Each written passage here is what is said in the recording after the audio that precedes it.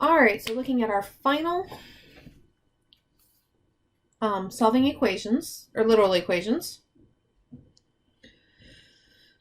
All right, I've got a equals pi r squared, and we want to solve for r.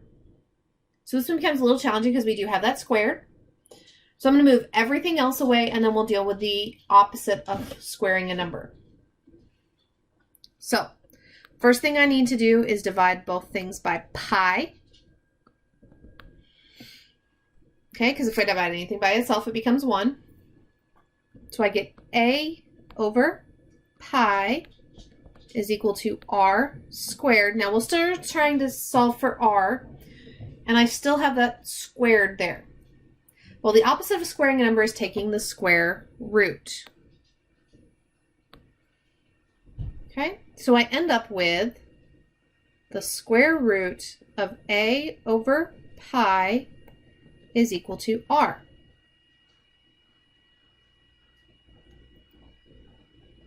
So I reached my goal. I got r by itself. Okay. All right, let's look at the next one. So we do have a fraction. So area equals 1/2 the base, or sorry, 1/2 of the height times base 1 plus base 2. And we are solving for b sub 1. Okay, so b sub 1 is in parentheses, so I need to deal with what's outside first. Okay, so in this case, I'm going to get rid of the fraction first. Let's undo that.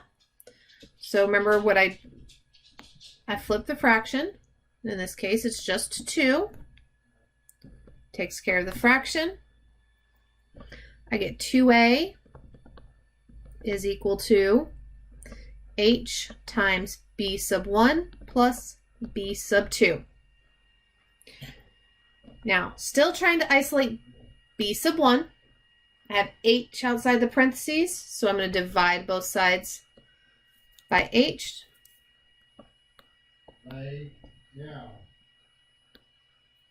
So I get 2a over h is equal to b sub 1 plus b sub 2.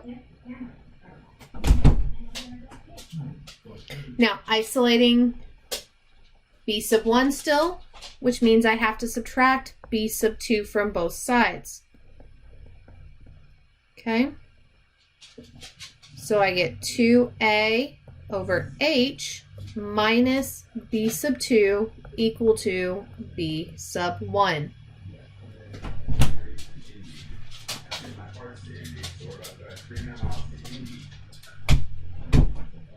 Okay.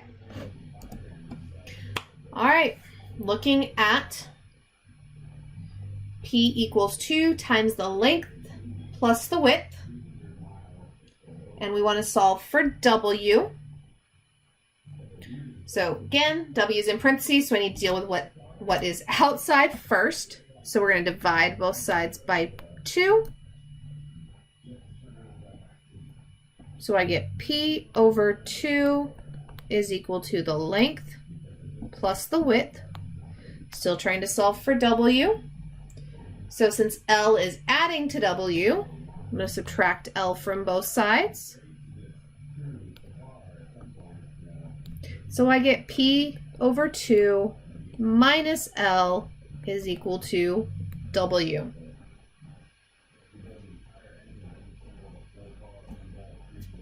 Okay. All right, I've got the volume equals the length times the width times the height, and I want to solve for L. Well, what's with the L? W and H. And they are multiplying, so doing the opposite, and I can actually divide both of these together. So I get V over W times H is equal to the length.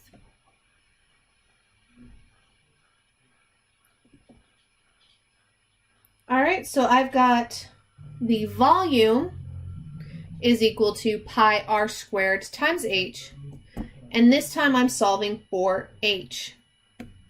So since we're not solving for r, we don't have to worry about undoing that squared.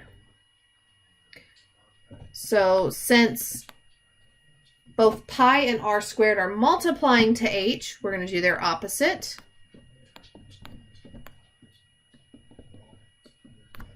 Okay. When I divide anything by itself, it becomes 1.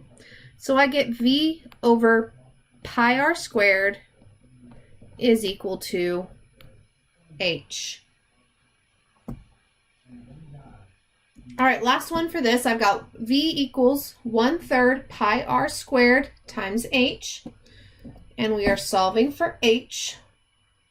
I do have a fraction, so I want to get rid of that first thing. It's multiplying. I have nothing adding.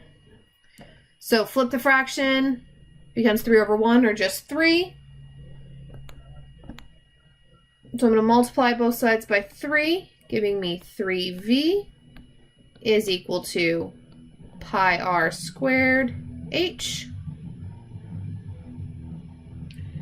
Want h by itself. So what's with it?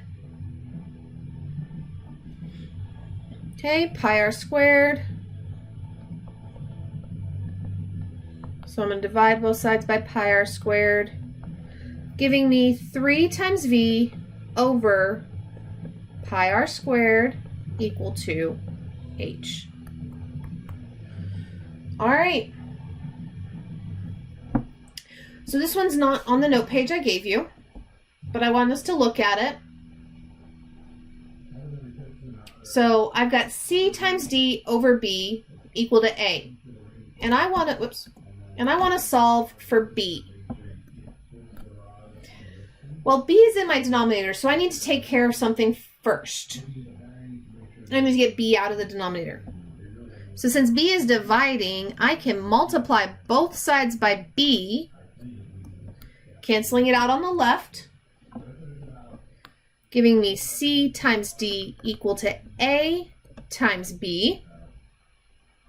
Now I've got b in where I can easily move the other things around. So I'm going to divide both sides by a now, giving me c times d over a equals b. Okay, so that is it for this video. And I will see you in the next.